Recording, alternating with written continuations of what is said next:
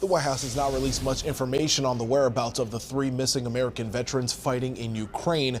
As Russia released new videos of at least 2 of the captives, the president is asking Americans to stay put. Americans should not be going to Ukraine now. President Joe Biden giving a warning to the nation while speaking to reporters outside of the White House. This comes after reports of a 3rd American missing in Ukraine while volunteering to fight against Russia. I have been briefed. We don't know where they are, but I want to reiterate, Americans should not be going to Ukraine now. Say it again. Americans should not be going to Ukraine now.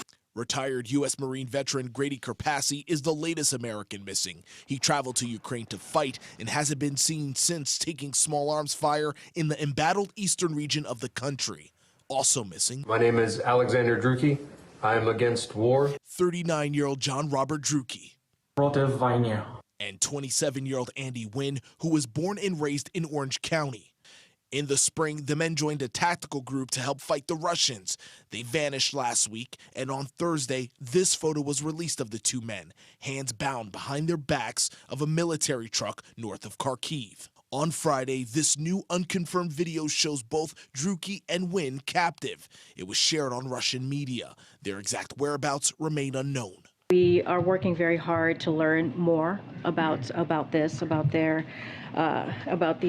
Americans who are now missing. Our hearts go out to their families. It's seen by so many within our veteran community that this is a very clear opportunity to go and fight for a just war.